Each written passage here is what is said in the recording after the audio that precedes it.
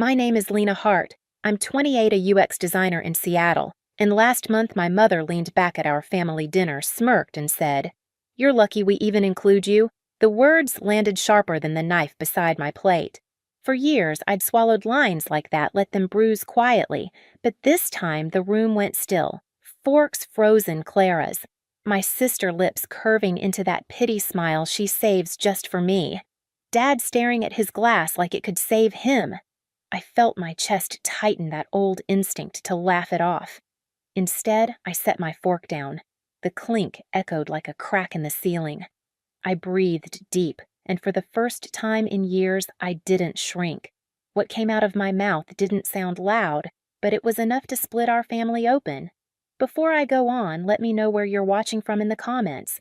And if you've ever felt pushed aside by your own family, hit that like button and subscribe. Trust me, you don't want to miss how this story unfolds. I grew up in a house that smelled like lemon cleaner and rules. Our Green Lake kitchen had a black and white tile floor my mother polished until the grout lines looked drawn with a ruler. She ran life like a calendar taped inside her head. Monday, roast chicken. Tuesday, laundry. Wednesday, Clara's dance. I was the space between appointments, useful mostly for holding place. At dinner, Mom plated everything in symmetrical halves, a performance of fairness that somehow always leaned toward my sister. Clara got the thigh with extra crispy skin. I got the breast that went dry if you looked at it too long. When I was little, I told myself I liked the dry part. It felt like being good. Mom said she hated sloppiness, but what she really hated was unpredictability. She arranged people like centerpiece flowers, the tallest in the middle, the rest bending around it. Clara was tall at least in the ways that counted to Mom. Pretty and easy with adults good at taking up light. I learned to step 1 inch to the left so my shadow wouldn't cross hers in photos. Dad would say smile, and I would thin and steady a line of weather that didn't change much. I remember the first time I realized the house spoke a language I only half understood. It was Thanksgiving. I was 8, Clara 10. Both of us wearing matching velvet dresses that itched at the collar. The grown-ups passed dishes that steamed up the chandelier crystals. Mom carved the turkey like a surgeon. When the wishbone came out slick and shining, Clara got it without asking.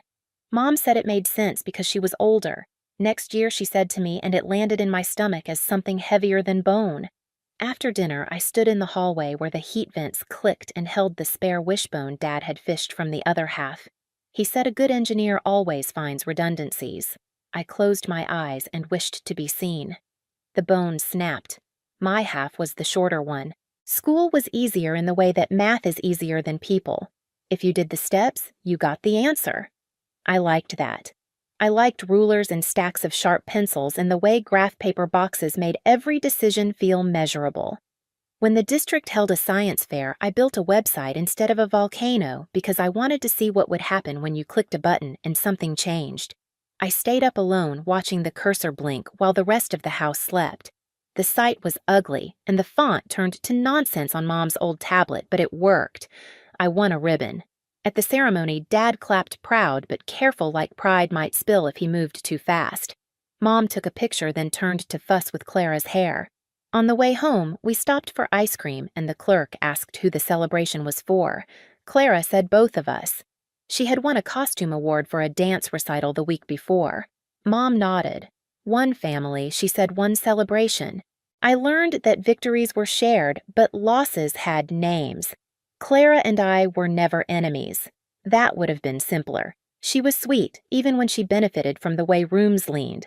She sat on my bed and painted her nails and told me I should soften my eyebrows. She borrowed my books and never cracked the spine. When she got a first phone, she let me hold it like it was a baby bird.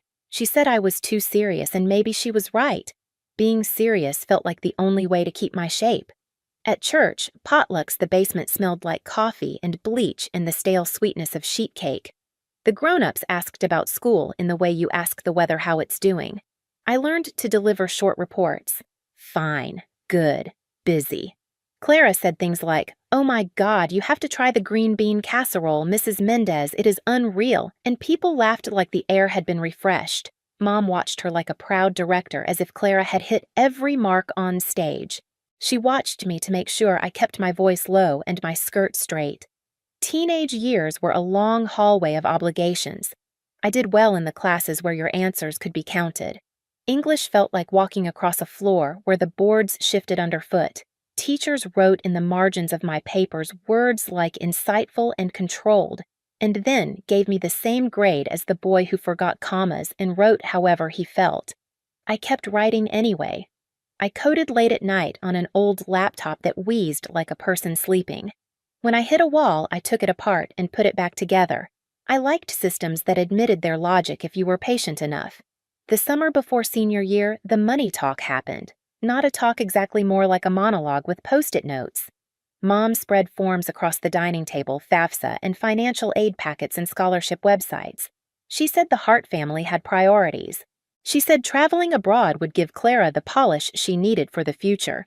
She said college funds were a flexible thing. She said, Lena, you're the practical one. You'll get scholarships. You always get the grades that come with money. You'll land on your feet. I watched her ledger the numbers into columns. Dad stood by the window watching the street as if traffic could make a decision for him. The word temporary was used, then used again like a bandage that keeps sliding off. Clara returned from a dance rehearsal glowing and kissed Mom's cheek and said Rome in the fall would be magic. I looked down at my hands and imagined putting them on a steering wheel, driving for as long as gas would allow. When the letter came a month later confirming Clara's spot on the abroad program with a cheerful payment schedule, I congratulated her and then went to my room and opened my laptop and told myself that hard work was the real currency. It was a comforting story because it only needed me. I got into the state university with a partial scholarship and 3 part-time jobs. I stocked shelves at dawn-logged attendance for a professor who wore the same tweed jacket every Tuesday, freelanced little websites for local businesses that wanted their hours listed correctly. I ate cereal for dinner and learned which buildings had couches you could sleep on without getting yelled at by security. I called home on Sundays. Mom gave updates formatted like minutes from a board meeting. Clara was thriving abroad. Dad's back was acting up. Aunt June had said something unhelpful at a family gathering. Was I staying out of trouble? Was I keeping up? Did I need anything? I said no, because the kind of need I had wasn't the kind you could box and ship. Grandma Martha mailed letters that smelled like her hand cream. She wrote in a looping script that leaned forward as if eager to arrive. She sent $20 bills tucked inside cards and recipes with notes in the margins. She told me not to become so capable that people forgot I needed care. It felt like an instruction and a warning. By graduation, I had a portfolio that looked grown. Companies liked mock-ups that moved when you clicked them. I got a junior role at Northbeam, a startup with a brick and ivy building in a part of Seattle where the sidewalks were always damp. The office was open plan, which meant you were never alone and always a little lonely. The espresso machine hissed like a cat in the mornings. The first time a product manager said this is clean work in a room full of people, I swallowed so quickly my throat hurt. I took the bus home with my badge still clipped to my blazer, too wired to sit still, and imagined a future that had hinges that turned smoothly if you cared for them. Moving to Capitol Hill felt like stepping into a version of myself that was less pixelated. The apartment was small and high-ceilinged with a window that faced a brick wall, but the wall grew ivy and the light in the mornings was kind. I furnished it slowly, one chair, then a thrifted rug, then a plant I kept alive longer than I expected. On Sundays, I walked around the neighborhood to learn the smells by corner. The Rain and Bean Cafe had a burnt sugar aroma that clung to your coat. The vintage shop always smelled like old perfume and dust. I liked being able to narrate my own life by scent and sound. The first time Mom visited the new apartment, she ran a fingertip along a windowsill and frowned like the dust said something about me. She brought a box of stemless wine glasses and a lecture about adulthood. We went out for lunch and she mentioned the club membership the way people mention the weather turning. She said Rain City offered a young professional rate, and wouldn't it be nice to have the whole family on one account for holidays? She said she could handle the paperwork if I just used my name for the application. She said it would help with her event contacts since she managed bookings there and the manager liked clean files. She said we would all benefit. She said it would be temporary until Clara's credit, until Dad's back, until the economy. She said the club was practically a necessity in networking. I imagined those chandeliers, that chandelier silence from childhood, and nodded because saying no felt like breaking a law I didn't know how to write. So, my name went on the forms. The dues would pass through Mom. She said a handoff I didn't need to worry about. The emails started arriving in my inbox. Welcome, Ms. Hart Primary Member. Please confirm your preferences. I forwarded them to her without thinking like moving mail to the right box in a lobby. It was just administration. That's what I told myself. In those first 2 years at Northbeam, I learned the art of making something simple enough to feel inevitable. We were designing a new onboarding flow for a financial app, and every button needed to be a promise that didn't overpromise. I liked the days when we built and tested and rebuilt. I disliked the days when we presented and people used words like vibe and instinct. Sometimes I practiced saying no in my head the way you practice a foreign language under your breath. At performance reviews, I watched managers struggle to find a criticism they could name. They left with their compliments. I left with a quiet dissatisfaction I couldn't code around. Home visits were a different kind of test. Mom's house hadn't changed except for new towels and a collection of beige throw pillows that made the couch look upholstered in dinner rolls. Clara drifted in with the kind of chaos that passes for charm. She was freelancing in PR, which seemed to involve a lot of photos and making plans to plan. She lived with a friend who also had the gift of turning small talk into attention. They were good at life as showroom. I told myself it was a talent worth having. I told myself it wasn't the only one. On one of those Sundays, Mom made pasta and talked through her upcoming events at the club. She used first names like they were trophies. Mr. Reeves this and the mayor's assistant that, and how people respected a family that presented itself well. Then she leaned into a different tone. She asked about my finances in a way that sounded like concern and felt like bookkeeping. She said property taxes had done something ridiculous this quarter and she would float it and pay me back in a week. She said she had already set up a temporary autopay using my card because she was in the portal and it was easier than asking for passwords. She smiled at Dad as if he could back up the logic. He nodded as if logic were a stray cat he didn't want to startle. I stared at my plate and said all right. The noodles were overcooked. I ate anyway. On the bus back to Capitol Hill, I opened my banking app and watched a new line recurring in neat monthly increments. Temporary is a generous word. It means indefinite as long as you don't look closely. I closed the app. The city lights blurred on the window. That blur was the nearest thing to ease I knew. I told myself I could afford it. I could, technically. Numbers are good at telling partial truths. I told myself families carry each other. I told myself that discipline is a kind of love. When Grandma called that week and said I sounded tired, I said the season was busy and didn't specify which season. She told me to rest my eyes 10 minutes every hour and to show my teeth when I smiled so pictures wouldn't make people worry. At Rain City with Mom for one of her events, I stood in line at the front desk while she adjusted her scarf in a mirror, making sure the silk fell like a planned coincidence. The receptionist smiled at me in that quick-trained way and asked to confirm the reservation. I gave my last name. She looked at her screen and said, of course, Ms. Lena Hart, primary member. My name landed in the room like a glass placed too hard on a table. Mom corrected her without looking over.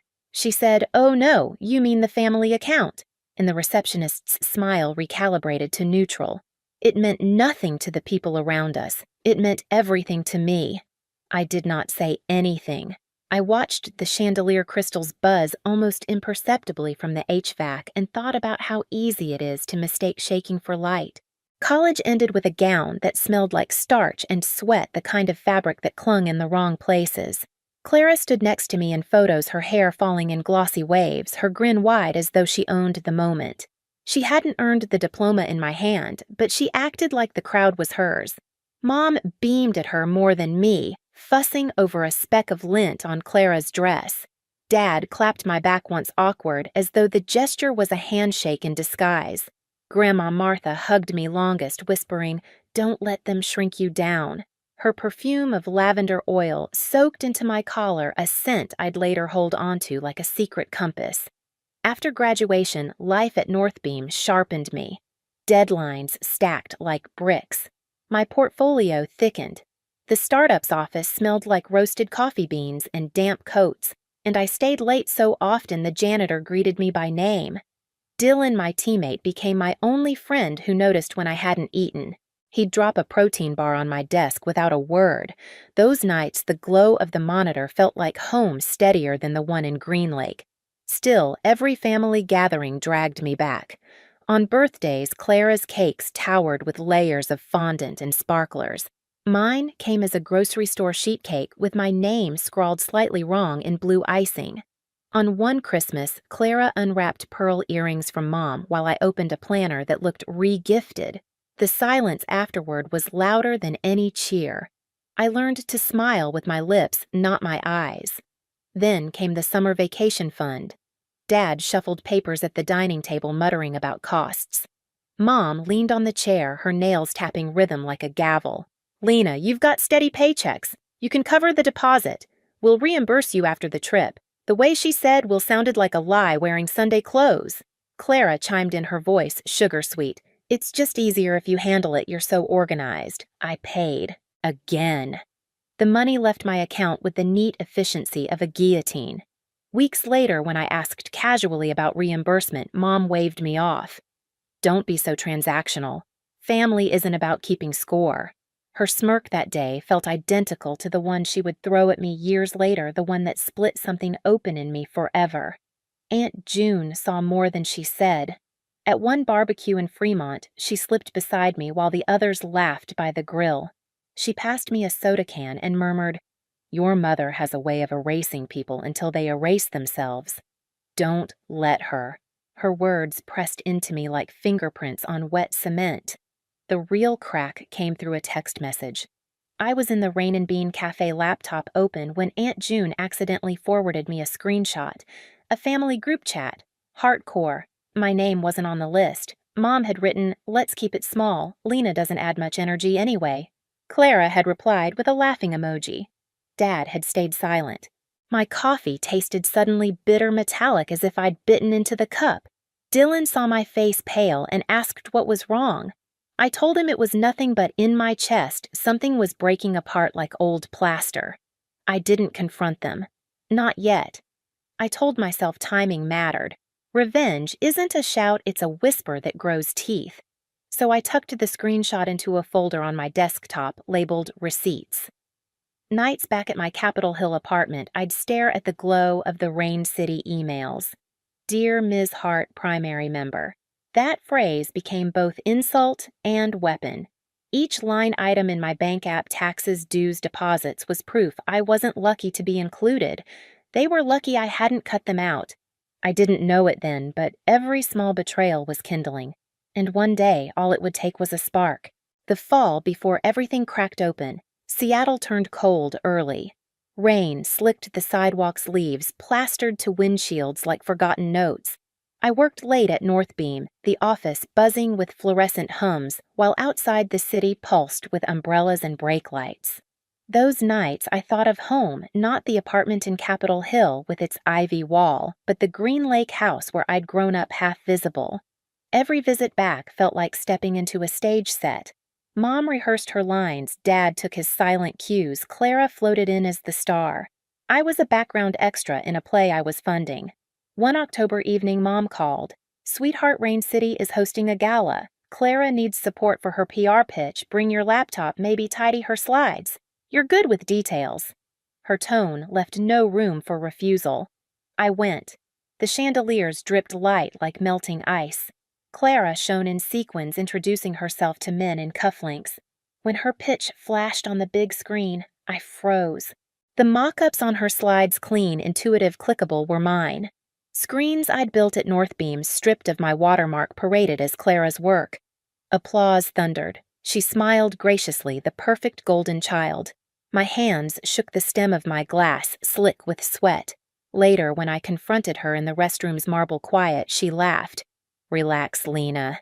It's just family helping family.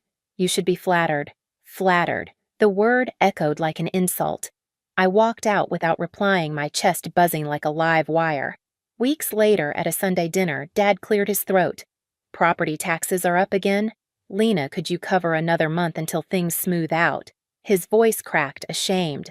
Mom's eyes, however, held no shame. They gleamed with expectation. I nodded silent. Inside, another brick stacked onto the wall I was building between us. Grandma Martha's birthday arrived in November. She wanted nothing fancy, just dinner at Green Lake with her granddaughters. Clara waltzed in late, showered with kisses anyway. I had been there an hour early helping set the table, ignored. Halfway through the meal, Mom smirked her wine glass, catching the light. "You're lucky we even include you, Lena." The words slid into the air like a blade. Forks froze. Clara pressed her lips together in a smile she couldn't hide. Dad looked down at his plate. My chest tightened with that old instinct swallow nod, disappear. But this time something inside me rebelled. I set my fork down with a sharp clink. The sound cracked the silence. I drew in a breath, deep and steady. Years of small betrayals of erased credit of bills siphoned from my account, all of it gathered behind my ribs. I didn't speak yet. Not then. But in that pause in the cold air between her smirk and my answer, the balance shifted. I knew the girl who once wished on broken wishbones was gone. What they didn't know was that every receipt, every email, every hidden chat was already stacked in my favor. I lifted my eyes steady now and met hers. Revenge had already begun, though no one at the table could see it yet. If the flashbacks were seeds, the months after Grandma's birthday were the weeds choking through the cracks. Everything tightened. The house in Green Lake seemed smaller, airless. Every phone call from my mother was a disguised transaction. It started with Clara's pitch, the theft that still burned in my throat. At Rain City, she had smiled under chandeliers, fielding compliments that should have been mine. I pretended to let it go, but in truth, I was cataloging. My laptop folder receipts grew heavier. Each screenshot was a brick. A week later, Clara invited me for coffee near Pike Place. She ordered a lavender latte, the kind that photographs well while I stuck to plain drip. She leaned across the table phone, glowing between us. "Lena, could you polish a few slides for me? Just quick tweaks. I'm meeting a client tonight." I scrolled through the file she sent. Half of it was lifted wholesale from my North Beam mock-ups. "Clara?" I said slowly, "This is my work." She waved her hand, nails painted a glossy red. "Details, details. You know Mom always says we're a team. Don't be territorial." The word territorial sliced deep. My jaw clenched. I wanted to slam the laptop shut to walk out. Instead, I saved the file exported metadata and tucked it neatly into receipts. That night, Dylan caught me staring blankly at my screen. "You look like you've been run over," he said. I almost laughed. More like slowly drained. He slid a protein bar across my desk. "Whatever you're building, make sure it's for you, not them." The following Sunday, Mom called with her usual clipped cheer. "Sweetheart, I need a favor. Clara has an event at Rain City and we're short one volunteer. You can cover registration, right? I have work." "Oh, come on, Lena. It's just one evening. Besides, you could use the exposure networking, you know." Networking. That word again, like glitter covering rot. I said no. For the first time, flat and cold. There was a pause on the line, sharp enough to bleed. Then she sighed. "Well, don't expect to be in the photos." The photos. Her currency of belonging. My throat burned. The week after I opened my bank app and froze. Property tax payments 3 months in a row were draining automatically. I hadn't approved it. My card was still linked. Mom's temporary fix had turned into theft, disguised as convenience. When I confronted her, she laughed lightly. "Don't be dramatic. We'll settle it next quarter. Next quarter, next year, next never." One night in November, Aunt June called. Her voice crackled like static. "Did you see it?" she asked. "See what she sent me another screenshot. Heartcore, the group chat. My name missing again. This time Clara had posted a photo of her Rain City event. Caption, "Family makes everything shine brighter." Mom replied with hearts. Dad a thumbs up. I stared at it until the screen blurred. Family, the word itself, a knife. The next day at North Beam, while everyone fussed over holiday schedules, I opened my laptop to stare at the folder receipts. The weight of it filled the room more than the hum of printers or the hiss of the espresso machine. I whispered to myself, not yet, but soon. Thanksgiving loomed like a storm cloud. Mom sent an email with a subject line, "Attendance required." Not invited, not hope to see you. Required. I printed it, folded it, and slipped it into my coat pocket like evidence. On Thanksgiving morning, the house in Green Lake smelled of sage and butter. Clara breezed in wearing gold earrings that caught every glint of light. Mom orchestrated like a general pointing, arranging, commanding. Dad set out wine glasses in silence. Dinner began with laughter that wasn't mine. Halfway through, Dad cleared his throat. Taxes are strangling us again. Lena, can you? I cut him off with a look. No. The word cracked louder than the fire popping in the hearth. Clara shifted uncomfortably. Mom's eyes narrowed into blades. Don't be ungrateful, she said softly, dangerously. Ungrateful. My fork trembled in my hand. Her smirk returned faint and cruel. You're lucky we even include you. The room froze. That sentence, the same one from Grandma's birthday, fell like a guillotine. My chest tightened, but this time I didn't bend. I set my fork down with deliberate precision. The clink echoed. Inside, something had already snapped. Silence became the language of our family after that Thanksgiving dinner. Not the peaceful kind, more like the heavy quiet of a storm you know is circling but hasn't broken yet. I avoided Green Lake for weeks. My Capitol Hill apartment felt like a bunker. I'd come home from North Beam, drop my bag, and sit in the dark with only the hum of the fridge and the buzz of my phone lighting up with unanswered messages. Mom left voicemails layered with sugar. We miss you, sweetheart. Clara's hosting a brunch at Rain City. Everyone's asking about you. I let them pile up unheard, but avoidance couldn't stop them from finding ways to remind me who held power. One Friday, I swiped my bank app at the cafe counter and my card declined. Confused, I checked the balance. Another temporary autopay had drained more than I expected. I scrolled until my throat tightened. Club fees, event deposits, taxes. All running under my name. When I called Mom, her tone was airy. Oh, don't fuss. It's just timing. I'll reimburse you. I gritted my teeth. You said that last time. Well, she replied, voice cool. If it bothers you so much, maybe you shouldn't be part of the account at all. The irony nearly made me laugh. The account was mine. Aunt June invited me to her Fremont house that weekend. Her living room smelled like cinnamon and old books. She poured tea into mismatched mugs and handed me one. You've been quiet, she said. I shrugged. That's the language Mom taught me. She studied me, eyes soft but sharp. Evelyn thrives on control. But control crumbles when you start keeping score. Are you keeping score?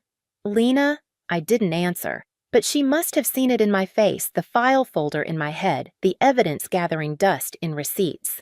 Then came Clara's holiday stunt. She posted on Instagram a glossy carousel of Rain City's ballroom captions dripping with gratitude. So blessed to celebrate with family, couldn't have done it without Mom's vision. In the background of one photo, blurred but clear enough, were my UX screens on a projection wall. She'd used my designs again this time in front of an audience of hundreds. I confronted her by phone. Clara, take those down, she giggled. You're being dramatic. No one even knows they're yours. They're literally mine. Metadata doesn't lie. Her voice sharpened. You sound bitter. Maybe if you were more fun to be around, Mom wouldn't... She trailed off, but the dagger was already in. I sat there, phone shaking in my hand, fury pressing against my ribs. Dylan found me at Rain and Bean the next morning, my laptop open but untouched. He slid into the booth. You look like hell, he said. Family portrait, I muttered. He leaned forward. You've been collecting ammo. When are you going to use it? I stared at the cursor blinking on the screen. Soon. The final straw came at Rain City itself. Mom insisted we attend a pre-Christmas mixer, all of us together. She framed it as unity. I knew better. At the front desk, the receptionist smiled. Welcome back, Ms. Lena Hart, primary member. Her voice rang out clear. I saw Clara's shoulders stiffen. Mom's face snapped into a mask. Actually, Mom cut in, this is the family account. My name should be. But the receptionist, polite and firm, shook her head. No, ma'am. The account is under Ms. Lena Hart. She's the primary. For a second, the chandelier light seemed to flicker. Mom's jaw tightened, but she said nothing. I caught Clara's eye. Her smile faltered. That was when I knew the balance had shifted. I didn't gloat. I didn't need to. The truth was already alive, humming under the marble floors. Back in my apartment that night, I opened the receipts folder. Screenshots, invoices, emails, credit statements, metadata, the group chat leak, proofs stacked like dominoes. I sat in the glow of my monitor, the city rain whispering at the window, and whispered to myself, they think I'm lucky to be included, but really, they've been living off my silence, and silence is the one thing I'm done giving. The escalation was complete. All that was left was the strike. Grandma Martha's birthday dinner was supposed to be simple roast chicken, mashed potatoes, laughter that smelled like nostalgia. Instead, it became the night every fracture in our family split wide open. The house in Green Lake glowed with candles and polished silver. Mom had arranged the table like a magazine spread, crystal glasses, folded napkins that stood like monuments, name cards at each seat. Mine was placed at the far end, close enough to be counted, but distant enough to remind me I didn't belong. Clara floated in late sequins, catching light, leaning to kiss Mom on both cheeks, as if cameras were rolling. Dad poured wine with the nervous precision of a man avoiding landmines. Dinner began with polite chatter, the clink of cutlery, the scrape of chairs. Grandma smiled at me from across the table, her eyes kind, though tired. She knew. She'd always known. Halfway through, Dad cleared his throat. His voice wavered. Taxes are still high this year. Lena, could you? I cut him off calm, but cold. No. The single syllable dropped like a stone into water. Ripples spread. Forks froze midair. Mom smirked, her wine glass tilted just so. Don't be ungrateful. We've done everything for you. Everything I asked quietly. Her lips curved sharper. You're lucky we even include you. The room locked in silence. Clara shifted her smile, breaking like porcelain. Dad stared at his plate. Grandma's breath caught soft but audible. I set my fork down. The clink echoed louder than it should have. My hands didn't shake. My voice, when it came, was low but steady. For 2 years, my card has been paying your property taxes. For 2 years, my bank account has carried Rain City dues. In that vacation you bragged about, I covered the deposit. Tonight, it ends. Mom's smirk faltered just slightly. Don't be ridiculous. Without breaking eye contact, I pulled the remote from my bag and clicked the TV in the adjoining room. The screen flickered to life, casting cold blue across the dining table. A PDF filled the screen bank statements, highlighted charges, each line item stamped with my name. This is ridiculous, Clara hissed. No, I said, my voice like glass. This is math. Numbers don't lie. The air grew heavier. Even the chandelier crystals seemed to tremble. I turned to Clara. Those slides you presented at Rain City Metadata says otherwise. They're mine. Every pixel, every timestamp. I slid a USB drive across the table. It clicked against her plate like a gavel. Her cheeks flushed crimson. You're exaggerating. Don't play innocent with me. Dylan was there when I built them. Every file, every revision. You stole them. Mom leaned forward, her voice sharpened into command. Enough. I met her gaze head on. Not enough. For years I've been erased, but not tonight. The silence thickened until it hurt to breathe. Grandma's eyes shone, her hand trembling against her glass. Dad's shoulders sagged like he'd aged 20 years in a moment. I inhaled slowly. I'm done funding this family. I've canceled every autopay. Rain City's management has been notified my name is the only one on that membership. Starting tomorrow, your access ends. Mom's mouth opened, then closed. For once, she had no script. The room didn't breathe. Even the candles seemed to burn lower, as if the oxygen had been drained out of the dining room. Mom's smirk cracked the fine porcelain mask, finally showing a hairline fracture. She set down her glass too quickly, the stem ringing against the table. You've misunderstood, she said. It was temporary. We always meant to temporary. I cut in my voice, sharp enough to slice the air. 2 years of bills withdrawn from my account. That's not temporary. That's theft dressed as family duty. Clara's face flushed, her fork trembling in her hand. Lena, you're blowing this out of proportion. We're sisters. Families share. I turned to her, calm but cold. Sharing is when both sides agree. What you did, taking my designs, presenting them as your own, that's theft too. And I have the files, the metadata, the timestamps. Want me to play them next? Her mouth opened, then closed. No sound came out. Dad finally spoke, his voice weak, the weight of years heavy in his throat. Maybe we should all just stay out of this, Howard, Mom snapped. He sank back defeated, and that was the saddest sight of all. I stood, the chair legs scraped against the polished floor, shrill like a warning siren. My shadow stretched across the tablecloth. I've carried the weight of this family long enough. Tonight, I'm putting it down. I pulled a folded letter from my bag and slid it across the table. The envelope was plain, but the words inside were sharp as blades. Boundaries, I said. Clear written, undeniable. What I will and will not do. What happens if you cross those lines? Mom didn't touch it. Her eyes burned into mine, but the fire there was sputtering. For the first time, she looked small. Grandma Martha reached across the table, her hand warm on mine. Her voice wavered, but carried. Finally, she whispered. Finally, you spoke. The silence that followed wasn't suffocating anymore. It was shattered glass lying across the floor. Dangerous, yes, but honest. I gathered my bag, my breath steady. You said I'm lucky to be included, I told them. But the truth is, you've been lucky I stayed. No one moved as I walked to the door. The chandelier above flickered once as if nodding to the shift.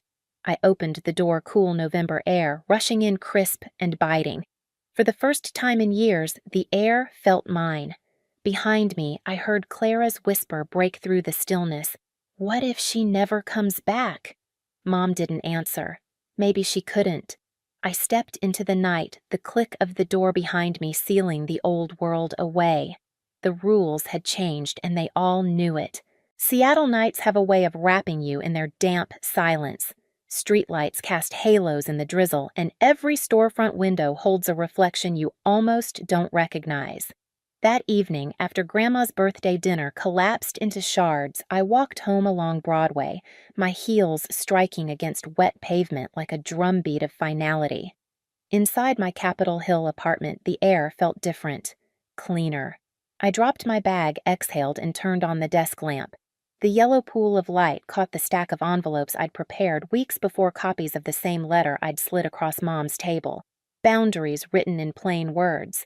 My weapon was never a raised voice, it was precision. I opened my laptop. The folder receipts glowed on the screen. Screenshots of the hardcore chat, bank statements marked with my name, metadata from Clara's stolen slides, the email from Rain City with the subject line primary member confirmation. I clicked through them one by one, my chest steady for the first time in years. I drafted an email to Mr. Reeves at Rain City. The subject line was simple, account update. Inside, I confirmed cancellation of all secondary members. Effective immediately. I signed it, Lena Hart, primary member. The next morning, my phone buzzed with alerts. Rain City had processed the change. Evelyn Hart and Clara Hart were no longer listed on the account, their access cards deactivated. I imagined the scene. Mom arriving in her tailored blazer, Clara trailing behind in heels, both smiling at the front desk like royalty. The receptionist scanning their cards. Red light. Declined. The pause, the confusion, the dawning humiliation. And then the explanation, access is limited to the primary member, Ms. Lena Hart. I didn't need to be there. The image alone was enough to taste like victory. That week, Clara posted an Instagram story, a carefully worded apology to her community, crediting me for the designs she'd drawn inspiration from. Her smile looked thinner than usual, as though the edges had been sanded down. The comments filled with praise for her honesty. None of them knew it wasn't honesty, it was damage control. Dad sent a text late one night. I'm sorry, I should have spoken up sooner. I stared at it for a long time, typed and deleted a dozen replies. Finally, I settled on you still can. Mom stayed silent. No calls, no messages. Just silence sharp and heavy as ever. But silence on my terms felt different. It wasn't erasure, it was space. On Sunday, Aunt June called. You shook them, she said. I didn't mean to burn it all down. No, she replied, her voice steady. You meant to survive. Sometimes survival looks like fire. I smiled for the first time in weeks. Later that night, I pinned the boundaries letter on my refrigerator with a magnet shaped like a broken wishbone, a reminder of the girl I used to be, the one who always drew the shorter half. She was gone now. I knew this wasn't the end. Families like mine don't dissolve quietly. There would be fallout, retaliation, more words like weapons, but now I wasn't defenseless. I had truth proof and the will to wield them. As I turned off the light rain tapping steady against the window, I whispered to myself, they thought I was lucky to be included. But the truth is, they've only just begun to learn what it means when I stop staying silent. The story wasn't finished. It had only just shifted into a new chapter. A few days later, I stopped by Grandma Martha's house in Ballard. Her living room smelled of apple pie cooling on the counter. She sat in her favorite chair, knitting needles clicking softly. When she saw me, her eyes welled. "You looked taller at that table," she said. I laughed quietly. I didn't feel tall. "That's how it works," she whispered. "The moment you speak truth, you grow into it." She handed me a small envelope, her handwriting looping across the front. Inside was an old photo, me at 8 years old, holding the shorter end of a snapped wishbone. Clara beside me, grinning with the longer half. On the back, Grandma had written, "One day you'll get the bigger piece." Walking home with that photo in my pocket, I realized revenge wasn't just about exposing them. It was about reclaiming the space I'd been denied since childhood. Every screenshot, every bank statement, every boundary I set was more than defense. It was building a life where their control couldn't reach. Back in my apartment, I pinned the photo next to the boundaries letter. Side by side, the wound and the cure. Proof that even the smallest fractures could grow into weapons sharp enough to cut free. I knew the war with my mother wasn't over. People like Evelyn Hart didn't surrender. They regrouped. But the next round wouldn't find me silent or unprepared. My silence had been their shelter. Now my voice would be their storm. If you've ever sat at a family table and felt invisible, if you've ever been told you should be grateful just to be included, then you know a little of what I've lived. My story isn't finished. Boundaries are just the beginning. So if you've ever felt like the outsider in your own family, hit subscribe, share this with someone who needs to hear it, and stay tuned, because this story isn't over.